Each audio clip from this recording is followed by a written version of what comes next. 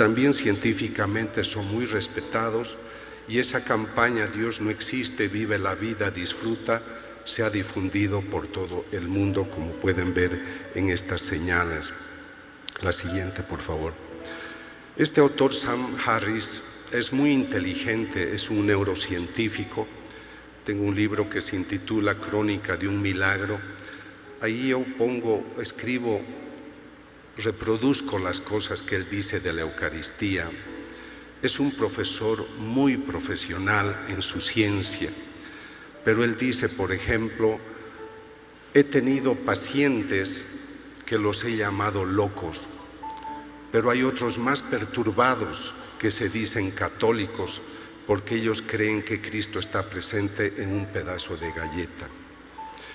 Así que si ustedes quieren tenerlo a Cristo, tomen ustedes una galleta, cómprense un vino tinto, digan unas palabras en latín y lo tendrán en su casa.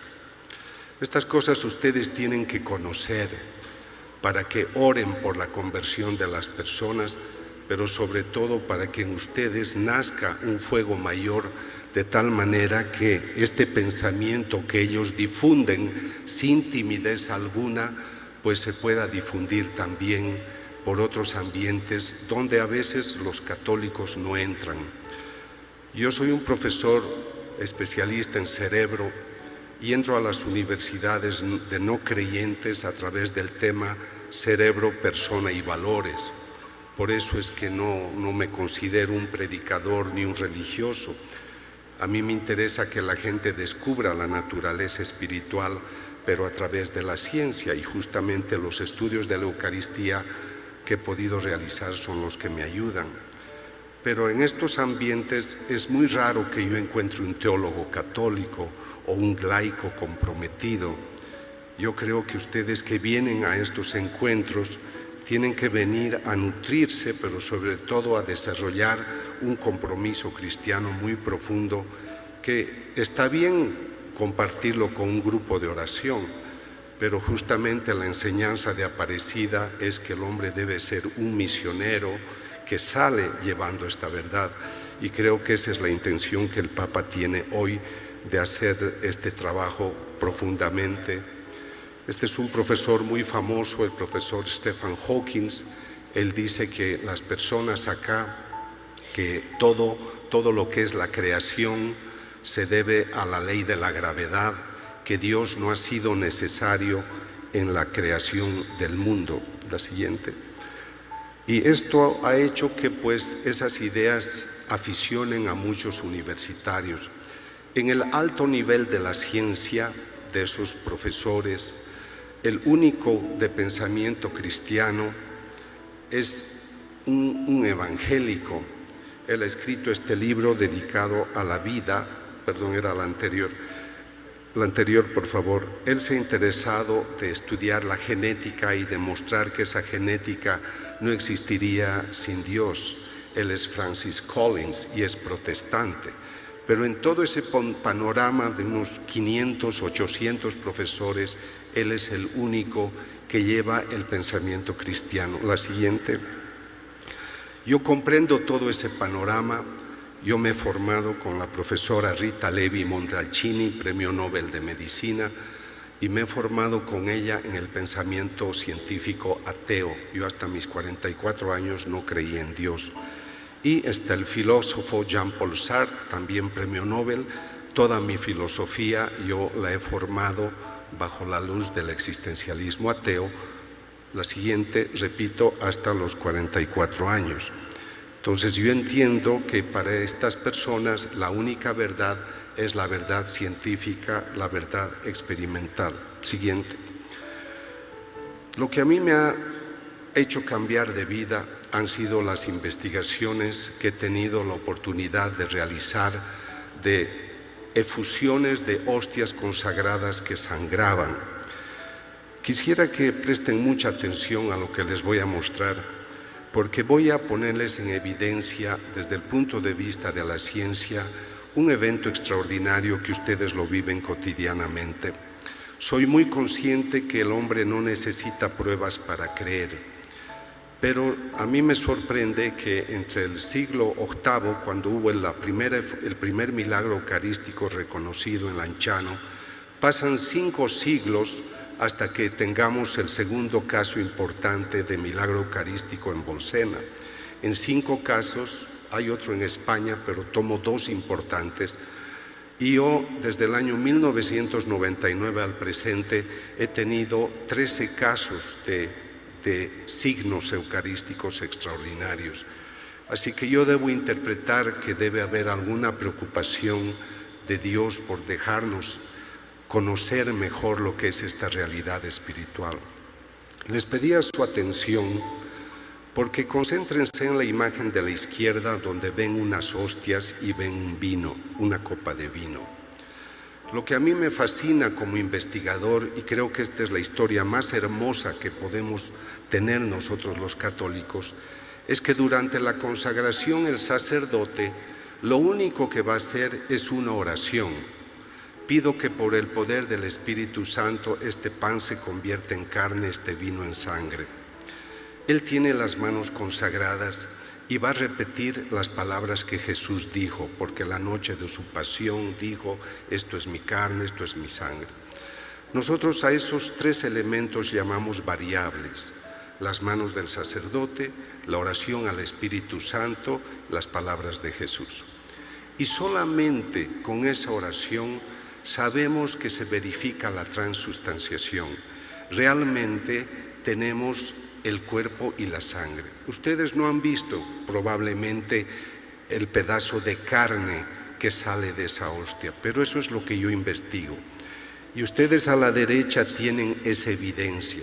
En ese pan consagrado encontramos sangre, encontramos carne, y en la parte inferior ustedes ven músculo del corazón, músculo del miocardio, ventrículo izquierdo. La siguiente, por favor. Estas son las hostias que puedo presentarles ahora. Estoy investigando otros casos, pero no puedo hablar de ellos hasta terminar la investigación y tener la autoridad, la siguiente, y tener el permiso del obispo. Pero quisiera recordar ese momento sublime en el cual el Señor instituye la Eucaristía. Siguiente. Él dice: hagan esto en memoria mía. Y los sacerdotes han estado repitiendo toda esta orden durante 21 siglos, y nosotros los creyentes nos beneficiamos en cada Eucaristía de este maravilloso acontecimiento. Yo jamás habría pensado hacer una investigación hasta que el año 1999 el cardenal Jorge Bergoglio, arzobispo de Buenos Aires, me autoriza a estudiar 2 hostias que tuvieron lo que nosotros llamamos efusión. Efusión, el brote de una sustancia rojiza en una hostia el año 92 y en otra el 96. La siguiente. Cuando él me pide hacer esta investigación, me invita, me autoriza, yo viajo a Lanciano para conocer el fenómeno, porque entiendo que es la siguiente: es el primer caso extraordinario que se ha podido estudiar. Lo hizo el profesor Linoli, yo fui a buscarlo, a hablar con él, y él me explicó que en el estudio realizado en la efusión de sangre de la hostia de Lanciano en el siglo VIII, él encontró sangre humana de tipo AB y encontró músculo del corazón. La siguiente. El siguiente caso ocurre en Bolsena en el siglo XIII, y también, tanto como el caso de Lanciano y el de Bolsena, tiene que ver con las dudas que los sacerdotes tenían sobre esta presencia real. Acá vemos que el sacerdote, que se le conoce como Pedro de Bohemia, tuvo dudas durante la misa. La hostia empieza a sangrar, la envuelve en un corporal que hasta el día de hoy se obtiene, se mantiene, se conserva, pero esta fue la razón para que el Papa Urbano IV instituyera la famosa fiesta de Corpus Christi. La siguiente. Estos 2 son los antecedentes que yo tengo antes de empezar mi investigación.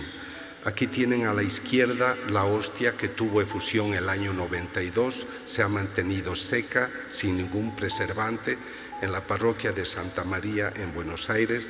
La de la derecha es la que tiene efusión el año 96. Esta es una carta del cardenal Ratzinger, que en ese tiempo era presidente del Dicasterio para la Doctrina de la Fe, donde solicita estar informado. Yo entregué todos los documentos cuando él era ya Papa, el Papa Benedicto. La siguiente. En estas dos imágenes ustedes tienen los documentos de la primera doctora que hizo el estudio sobre la hostia que tuvo efusión el año 92.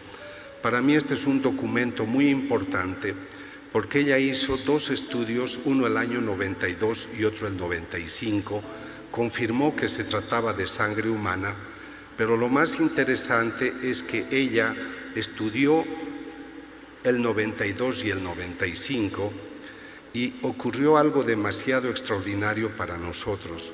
Cualquiera de ustedes puede decirme, doctor Castañón, cómo hace para saber si una persona le ha puesto o no, usted no estaba en el lugar. En estos estudios la doctora muestra algo que yo también confirmaré en todas las investigaciones. En la sangre hay unos elementos formes que se llaman glóbulos blancos, glóbulos rojos.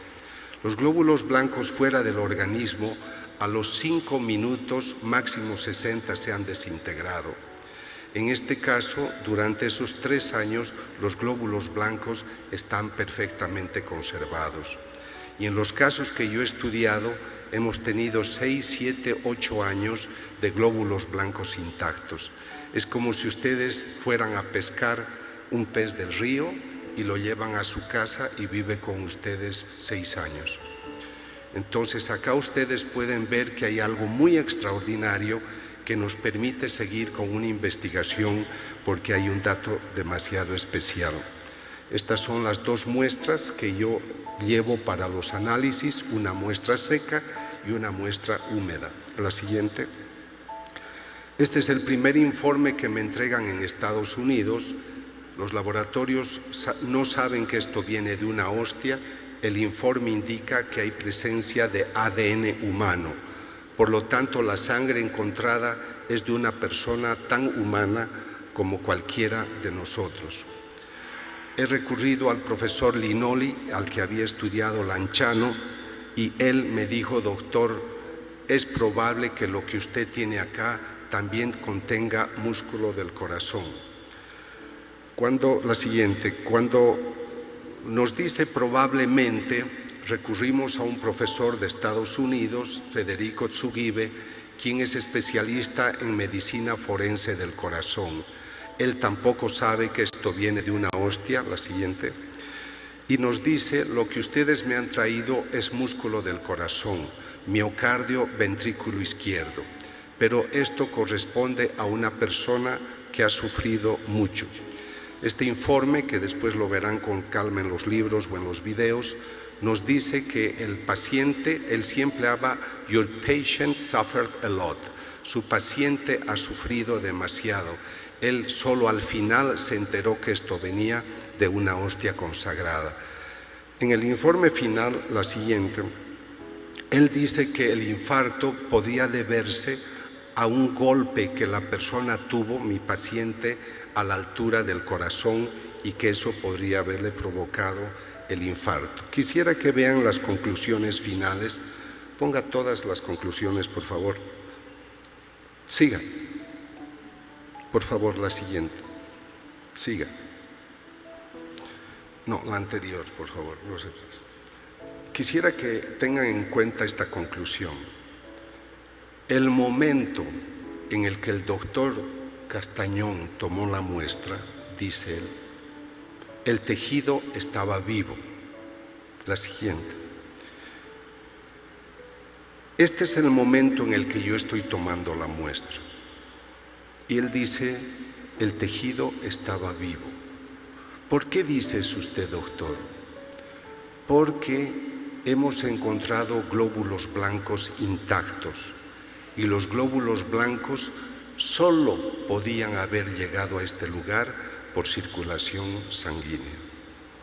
Entonces acá ustedes tienen prueba de algo muy extraordinario. El momento en el que yo tomé la muestra, el tejido estaba vivo. Cuando yo entregué el informe el 17 de marzo de 2006 al cardenal Bergoglio, él me dijo: hable de esto al mundo, hable a los sacerdotes, que entiendan la riqueza poderosa que ellos tienen en sus manos, que las religiosas comprendan que Dios les ha confiado la custodia de este tesoro y que los laicos comprendan que su palabra se cumple. El pan que yo les daré es mi carne. La siguiente. Luego estudié otro caso importante. La siguiente, por favor. Son hostias es una hostia que sangró en Tixla el año. La siguiente, por favor, siga. Esta hostia tiene efusión el 2006. La siguiente. La siguiente, por favor. El obispo del lugar, Monseñor Alejo Zavala, me pide investigar. La siguiente. Y este es el estado que tiene la hostia cuando yo voy. La efusión fue del 2006, a mí me pide investigar el 2009. La siguiente. La siguiente. Otra más. Y una más, por favor. El obispo es un hombre lúcido. Doctor, yo no me puedo equivocar. Necesito que primero me ayude a demostrar si la sangre brota del interior o alguien la ha puesto por encima. Voy al laboratorio y demuestran con sus métodos forenses que la sustancia brota del interior, que nadie la ha puesto por encima. La siguiente. La siguiente, por favor. Un estudio de laboratorio sucesivo 2 años después vuelve a demostrar lo mismo. Tengo 2 estudios que confirman que la sustancia brota del interior. La siguiente. La sustancia es sangre. La siguiente. Hemos estudiado esa sangre ya seca, esto en febrero de 2010. La siguiente. Debajo de la sangre seca que exudó el 2006, en febrero de 2010, en la segunda capa, luego de la coagulada, encontramos sangre fresca. La siguiente. Aquí tienen las imágenes de la sangre fresca. La siguiente. Hemos encontrado la presencia de ADN humano. Siguiente. Y quisiera que vean una más, por favor. No se pierdan lo que están viendo en este momento. Están viendo algo que a mí me sorprendió y lo ven en vivo. Están descubriendo la presencia de hemoglobina, una heteroproteína que lleva oxígeno a los tejidos. En este momento que respiramos todos y expiramos, estamos activando la producción de hemoglobina. Y quisiera que vean donde hay ese cúmulo verde, son sustancias químicas que se requieren para obtener hemoglobina. ¿Cómo puede haber en ese pedacito de pan todo un laboratorio que esté produciendo hemoglobina? Esto es lo que pues lleva a pensar en lo extraordinario. Cuando yo muestro estos casos a los médicos, a los científicos, quedan muy sorprendidos porque realmente es un caso extraordinario. La siguiente. El tipo de sangre encontrado en la hostia de Tixla es AB, el mismo de la hostia de Lanciano y el mismo encontrado en la Sábana Santa de Turín. Siguiente. Me voy a detener para ya casi concluir en esta imagen. En la parte superior hay unas muestras más rosadas que son glóbulos rojos. En la parte inferior hay un macrófago que es un glóbulo blanco que está muy activo porque en la imagen que ven en la derecha, en la parte inferior, corresponde, de acuerdo a lo que me dicen los cardiólogos que me asesoran, este macrófago está activo porque ha encontrado una lesión, y estas lesiones las encontramos en personas que han tenido infarto al corazón. O sea que la hostia de Chilpancingo, de Tixla, tiene un dinamismo, tiene células vivas que están trabajando para reparar una lesión. O sea que en este caso, tanto como en la hostia de Argentina, encontramos actividad dinámica, la siguiente, y tejido vivo. La siguiente, por favor. Bueno, algo se ha desconectado. Lo que voy a terminar, con lo que quisiera terminar, es decirles que yo viajo por el mundo y he presentado estas investigaciones, la han visto a través de los medios más de 200 millones de personas. Algunos pueden pensar que esto no les agrada, no les gusta, me refiero a los no creyentes, pero ninguno puede cuestionar la validez científica. A mí estas experiencias me han acercado al catolicismo, me han invitado a acercarme a la Eucaristía a diario, pero no me he quedado en el experimento, he tratado de descubrir la persona de Cristo. Y me parece que este corazón lastimado sigue hablando al hombre del siglo XXI. ¿Por qué? Yo le pregunté a un teólogo, ¿por qué tenemos músculo del corazón infartado? Y me dice, doctor, después de 2000 años todavía no le conocemos y le seguimos crucificando. Yo viajé el 2008 a Australia, invitado por el Vaticano para hablar a los jóvenes en el encuentro del Papa Benedicto XVI, y el arzobispo Pell hizo una encuesta en Australia demostrando que 60% de los católicos australianos no creían que Cristo estaba presente en la Eucaristía. En Estados Unidos, la agencia Gallup ha hecho otros estudios concluyendo que 70% de los católicos no creen que Cristo esté presente en la Eucaristía, católicos norteamericanos. Me da la impresión que que el Señor tendrá el deseo de que en una época tan racionalista como hoy se hablen de estos temas. Para mí, que estudio la conducta humana y el cerebro, el mayor fracaso del hombre consiste en haberse olvidado de la naturaleza espiritual. Si el hombre rescata la naturaleza espiritual, yo trato de demostrar que el espíritu existe y se manifiesta a través de estas investigaciones.